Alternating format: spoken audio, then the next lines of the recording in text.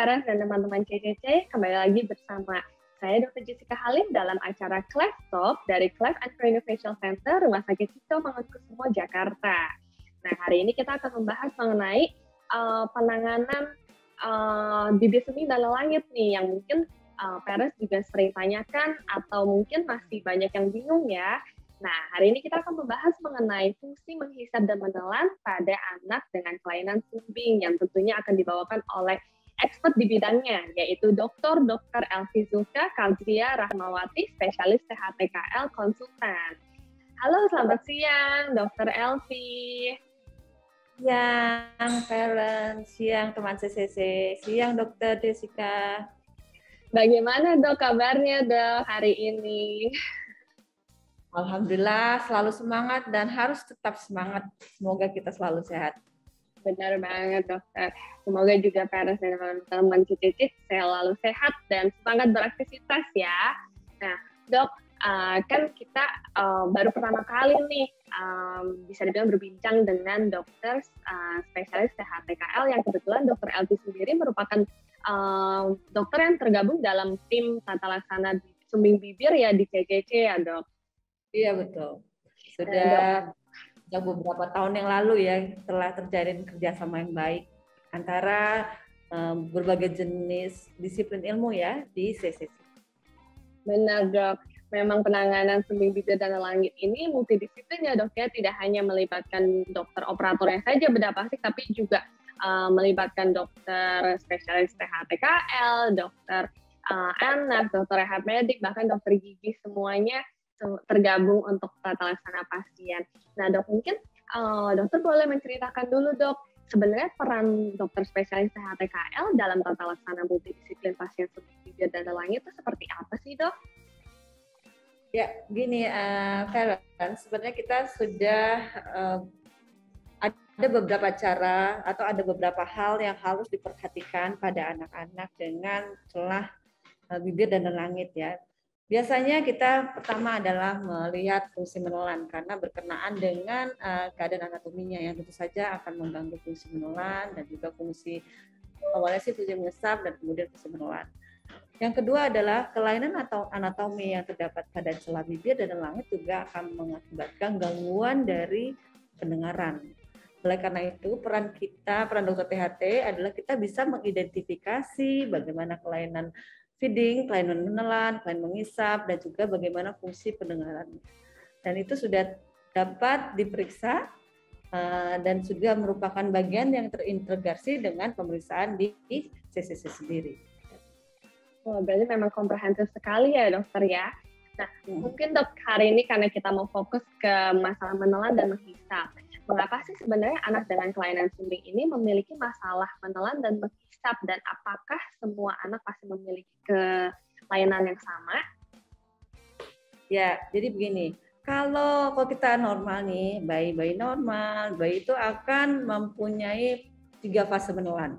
Fase pertama adalah fase oral atau fase di mulut ya. Jadi kita membentuk bolus ya dari susu, ya air susu, apakah air melalui DOT, apakah melalui breastfeed. Lalu akan dialirkan ke fase yang ada di sini. Ini namanya fase faring. Dan yang terakhir adalah fase di kerongkongan. Ada 3 fase, fase oral, fase faring, dan fase esofagus. Nah, apabila terdapat gangguan pada celah bibir dan langit, tentu saja akan mengganggu salah satu fase itu. Dan terutama adalah fase oral. Karena pada fase oral seperti kita ketahui, ada proses mengisap di situ. Proses mengisap itu perlu bibir yang menutup atau kita sebut dengan lip seal. Bibir yang menutup, gerakan lidah yang ke atas yang kemudian akan menyentuh lelangit yang mendatar. Nah, apabila terdapat gangguan di lelangit, otomatis tidak bisa menyentuh lidah dan lelangit untuk membuat ekspresi dari susu itu. Selain itu, kita perlu juga bukal atau pipi yang ada lemak-lemaknya di dalam, itu namanya bukal fat, itu lemak untuk membantu proses mengisap tersebut. Nah, itu yang terjadi pada pasien dengan celah bibir dan langit.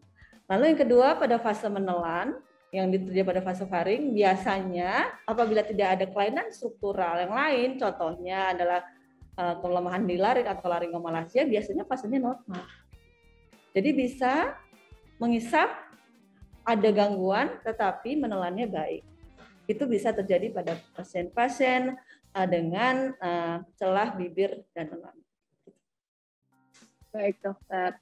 Nah, untuk kelainan ini sendiri berarti tergantung dengan jenis kelainan sumbingnya ya dokter ya? Ya.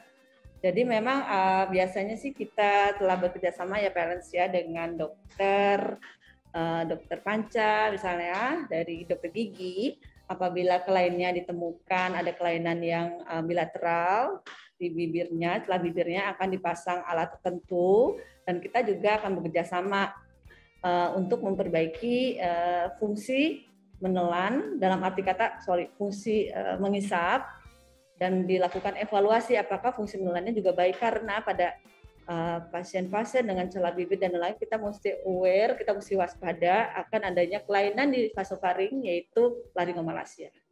Jadi ini perlunya pemeriksaan yang secara integrasi supaya outcome-nya baik gitu ya. Baik, jadi memang dari satu spesialisasi kalau misalnya menemukan adanya kelainan dirujuk atau berikan ke dokter spesialis lainnya untuk dilakukan evaluasi lebih lanjut ya dok ya? Iya, jadi memang satu tim, jadi kita tidak sedapat mungkin kita tidak miss gitu ya. Semuanya pemeriksaan dilakukan supaya outcome-nya baik. Baik dok. Nah sebenarnya apa sih dampak negatif dari masalah menelan dan menghisap pada anak sumbing ini dok? Oke, jadi kalau misalnya ada gangguan dalam mengisap dan menelan, tentu saja ini bisa kita kategorikan, misalnya disebut dengan kesulitan menelan atau disfagi, atau gangguan feeding, yang sebenarnya akan menyebabkan gangguan growth, gangguan pertumbuhan dan perkembangan. Hal itu paling kita hindari ya, gangguan tumbuh kembang, ya karena memang karena asupan nutrisinya nggak bagus, akhirnya ada gangguan kalori, protein, gitu ya, malnutrisi, itu harus kita hindari. Dan yang kedua, apabila juga terdapat gangguan fungsi di dalam vasofaring yang biasanya bisa ditemukan pada anak dengan celah sumbing dan pelangit, misalnya seperti yang tadi saya sampaikan laringomalacia, bisa terjadi gangguan pada parunya. Pada paru bisa adalah misalnya pneumonia misalnya. Nah, itu juga kita harus atasi, kan kalau enggak ya nanti ada pulmonary infection. Jadi semuanya juga akan mengganggu pertumbuhan dan perkembangan. Itu dampak yang paling sering ditemukan apabila kita tidak mengatasinya sedini mungkin. Jadi memang harus dideteksi sedini mungkin ya dok, supaya outcome-nya juga lebih baik. Nah dok, kalau misalnya masalah fungsi menelan dan menghisap ini, apakah mereka selalu terjadi berbarengan nih? Karena banyak parents yang masih bingung, apakah anaknya kelainan fungsi menelan atau menghisap saja atau dua-duanya? Ya parents itu pertanyaan yang sulit dan juga kita juga harus periksa benar ya. Jadi supaya kita bisa ini fix nih fungsi hanya terjadi pada fase oral. Nah kalau seperti saya sampaikan tadi ya, kalau misalnya terjadi pada fase oral yang disebabkan oleh adanya celah di bibir atau langit, jadi ada yang terjadi adalah gangguan mengisap. Nah, pada pemeriksaan, kita biasanya melakukan satu pemeriksaan yang namanya Flexible Endoscopic Evaluation of Swallowing atau FIS. Jadi pemeriksaan fungsi menelan ya. Kita bisa mengidentifikasi apakah juga ada gangguan menelan di vasofaring ya. Jadi dengan memberikan pemeriksaan dengan sama-sama ya, kita berikan susu, apa itu melalui dot, biasanya melalui dot ya, atau enggak kita pakai modalitas lainnya. Kita bisa confirm, ini ternyata hanya mengisap saja. Ternyata ini disertai dengan gangguan menelan. Jadi itu bisa timbul berbarengan. Gangguan mengisap dan gangguan menelan tergantung nanti di daerah vasofaringnya ada gangguan apa enggak. Tapi bisa aja hanya fungsi mengisap saja. Itu jadi bisa terdapat dua kelainan itu berbareng atau sendiri, ya, hanya isolated gangguan fungsi mengisap. Baik dok. Nah jadi kalau misalnya pasiennya nih memiliki gangguan fungsi menelan saja atau menghisap saja atau keduanya, apakah itu akan mempengaruhi tata laksana lanjutan yang akan diberikan, dok? Ya, nah itu juga very challenging. Biasanya kita melakukan pemeriksaan ini dengan rekan saya, kolega saya dari dokter rehab medik ya. Jadi apabila terjadi gangguan fungsi mengisap, Itu bisa dilakukan pemberian misalnya contoh dengan botol dot yang khusus, misalnya contohnya seperti itu. Dan kemudian apabila ditemukan gangguan fungsi menelan, kita mesti lihat gangguan fungsi menelan ini seperti apa. Apabila itu terdapat contohnya tadi yang saya sebutkan laringomalacia, nah kita langsung intervensi. Dengan cara apa intervensinya? Dengan cara memberikan kontrol posisi pada anak-anak, diperbaiki posturnya sehingga menjadi lebih kuat, sehingga fungsi menelannya pun membaik. Jadi itu dilakukan bersama-sama sejalan dengan penata laksanaan di sisi-sisi. Jadi kita langsung lakukan menelan, perbaiki dengan posisi. Kalau fase oral itu relatif tidak terlalu lama penata laksanaannya dibandingkan dengan ada gangguan di fase faring bersamaan. Baik dok, nah untuk tata laksananya ini biasanya dilakukan usia berapa dok? Dan apakah bersamaan dengan kalau misalnya fase oral dan fase faring? Ya, jadi kalau bisa ini pemeriksaan dilakukan sedini mungkin as early as possible gitu pasien datang ya parents ya, biasanya kita akan melakukan tindakan itu secepat mungkin sehingga penata laksananya itu berbarengan juga sama-sama gitu. Jadi insya Allah apabila terdapat gangguan yang masih bisa dideteksi dengan dini, hasil yang terlihat bisa didapatkan dalam hal ini gangguan fase faring contohnya dalam waktu misalnya 4 minggu.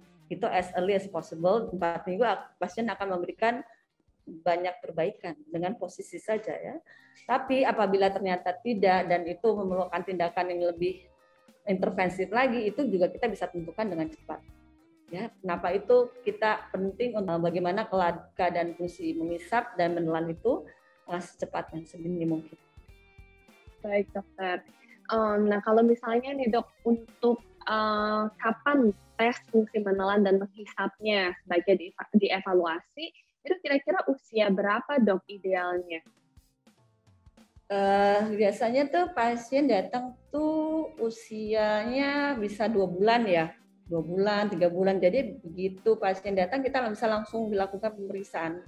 Ya tentu saja dengan prokes ya parents ya. Prokesnya adalah biasanya kita melakukan tindakan ini dengan menggunakan alat tertentu yang tadi saya bilang. Alatnya itu kayak spaghetti, aku suka bilang seperti itu ya. Diameternya 2,8 sampai 3 something mili. Dan pemeriksaan ini dengan memasukkan ke dalam hidung dan kita lihat dengan detail bagaimana keadaan anatomi di rongga hidung dan rongga sini tenggoroknya. Dan karena ini tindakannya adalah tindakan aerosol, jadi sebelum tindakan biasanya untuk keadaan seperti ini kita memintakan untuk PCR dulu.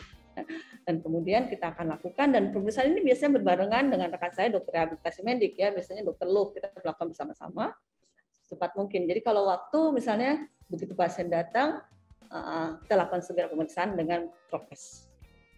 Baik dok. Jadi memang pas anak kira-kira usia 2 bulan ya dok ya, kemudian dikonsulkan ke dokter spesialis medik dan juga dokter spesialis TKL untuk melakukan pemeriksaan ini ya dok ya. Jadi dilakukan bersamaan yang tadi dokter bilang prosedurnya namanya FIS itu ya dok?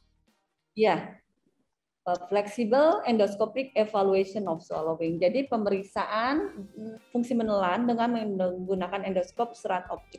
Ya, itu namanya FIS. Baik, dok.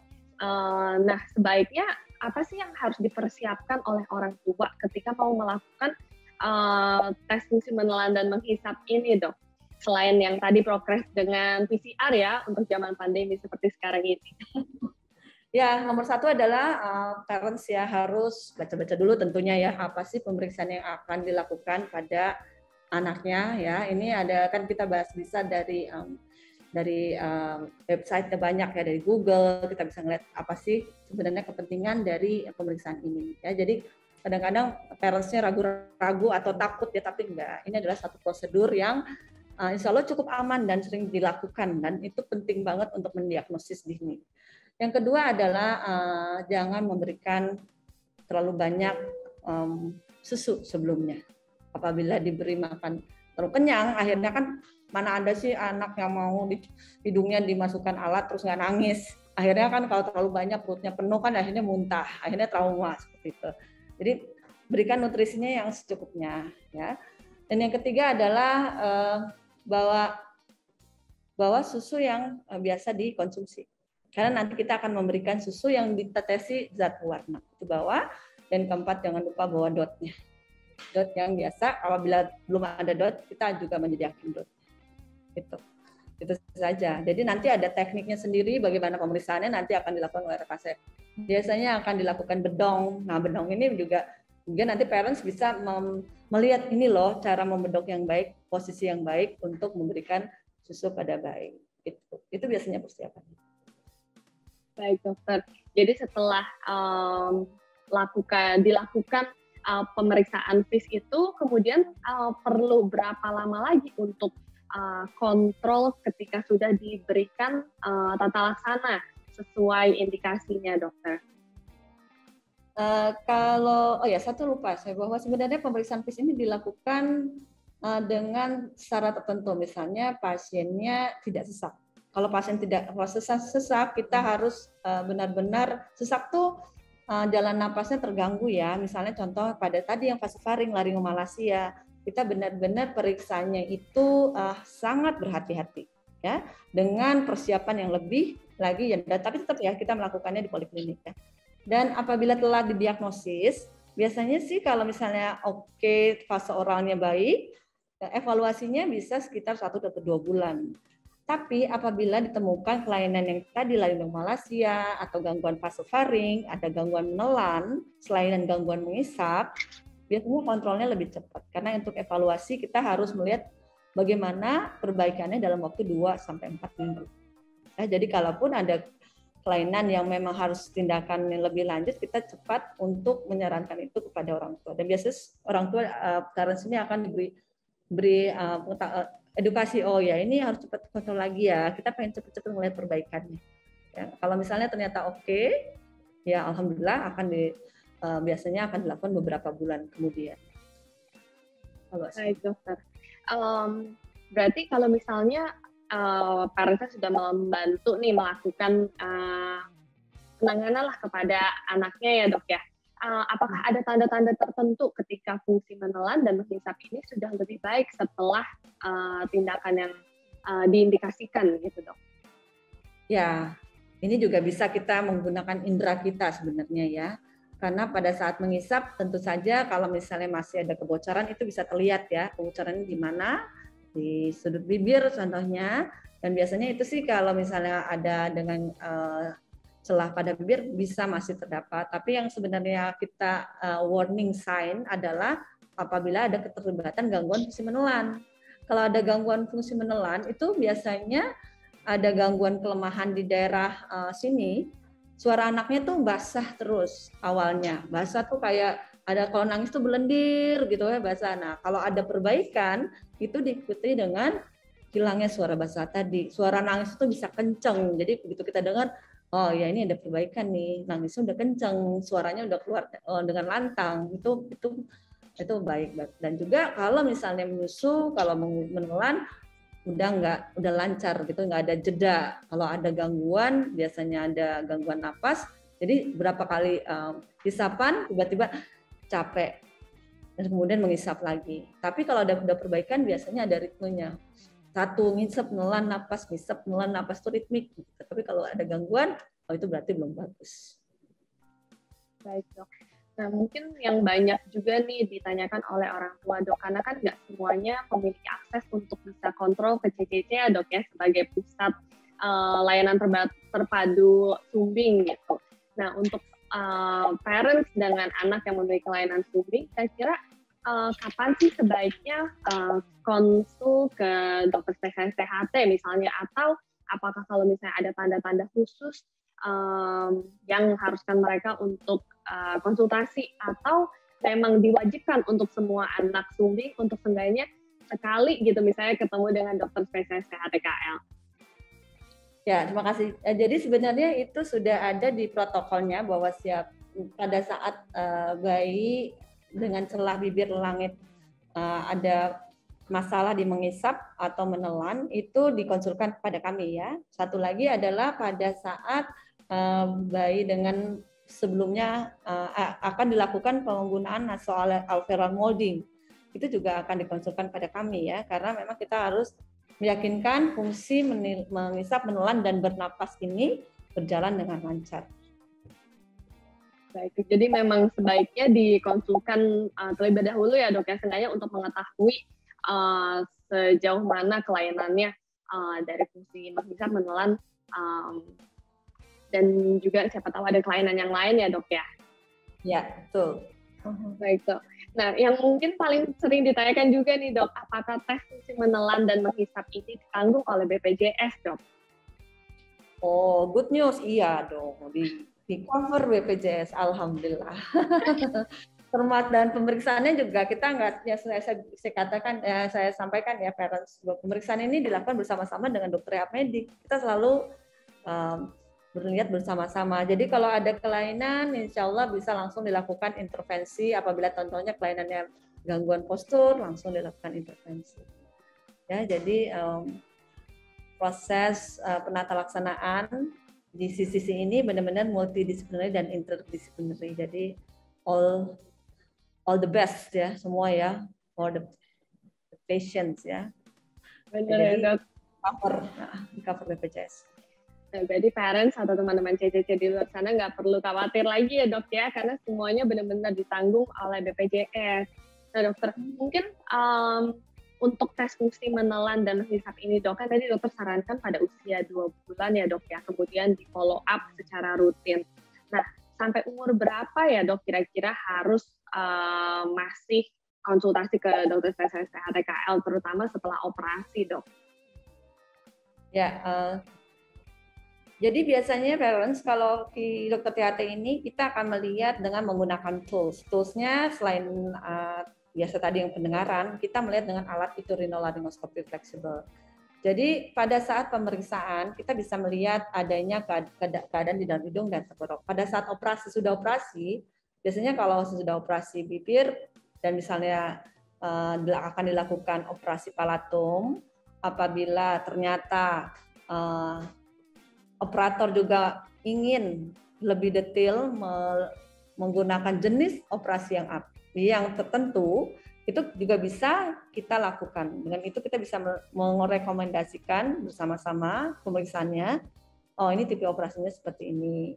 Atau juga apabila akan dilakukan tipe operasi yang memang ternyata ada rekonstruksi, ya perbaikan apabila telah dilakukan operasi sebelumnya, contohnya di center lain misalnya, dan kemudian dioperasi, kita juga bisa mengecek apa yang namanya velopharynx. Velopharynx adalah rongga di belakang hidung yang erat kaitannya dengan gerakan palatum atau lelangit. Nah, itu juga bisa kita lakukan. Nah, pemeriksaan itu bisa berkesinambungan gitu ya, selama anak akan dilakukan operasi dan sesudah operasi. Baik dok, jadi memang peran semua dokter spesialis ini kolaborasinya cukup erat ya dok ya, untuk setiap tahap tata laksana pasien sumbing lelangit. Nah, mungkin parents juga kalau misalnya bingung, kalau tenang aja, kalau di CCC semuanya dibantu untuk dikasih tahu kira-kira ke mana setelah ini ya dok ya, karena kadang parents suka bingung what to do next gitu, karena saking terlalu banyaknya rangkaian tata laksana sumbing sih dok. Alhamdulillah ada case manager ya yang selalu involve ya pada setiap tahap penata laksanaan pasien gitu. Itu sangat memudahkan dan membuat juga parents akan merasa nyaman ya, nyaman. Benar dok. Nah kira-kira dokter, sebelum kita menutup sesi kali ini, kira-kira ada pesan nggak kepada orang tua nih yang mungkin masih ya mengurusi dan menemani proses tata laksana sumbing pada anaknya? Ya, jadi untuk parents yang dengan anak dengan kelainan celah dan langit, jadi ini adalah satu proses yang ada waktu ya, dan perlu waktu untuk kita bisa mendapatkan fungsi yang mendekati normal. Jadi untuk itu kita harus bisa menata tata laksana dengan cara diagnosis dini yang as early as possible. Dan juga jangan lupa bahwa dengan adanya multidisciplinary approach ini, hasil yang dicapai juga bisa maksimal. Jadi kita akan selalu menemani dalam setiap proses penata laksanaan. Mungkin yang bisa disampaikan. Baik dokter, menenangkan sekali dok ditemani di segala prosesnya. Baik dokter, terima kasih banyak loh dok untuk informasi dan juga pengetahuan tambahan yang bisa berguna untuk parents dan juga teman-teman saya di luar sana, terutama untuk topik-topik seperti ini yang mungkin nggak terlalu banyak dibahas dok. Jadi parents juga masih banyak yang bingung dan kurang gitu mengerti gitu. Semoga dengan adanya sesi edukasi kali ini bisa menambah wawasan. Tapi tentunya parents juga boleh sambil baca-baca juga supaya untuk menambah pengetahuan juga ya dok ya, supaya seenggaknya tahu kurang lebih apa yang dilakukan dan ditata laksana pada anaknya. Ya betul sekali. Baik dokter, kalau gitu terima kasih dokter atas waktunya pada siang hari ini. Sama-sama. Semoga sehat selalu dokter. Ya. Thank you atas undangannya. Pamit ya. Baik, terima kasih kepada parents dan teman-teman CCC yang sudah menyaksikan episode kali ini. Sampai jumpa di episode selanjutnya.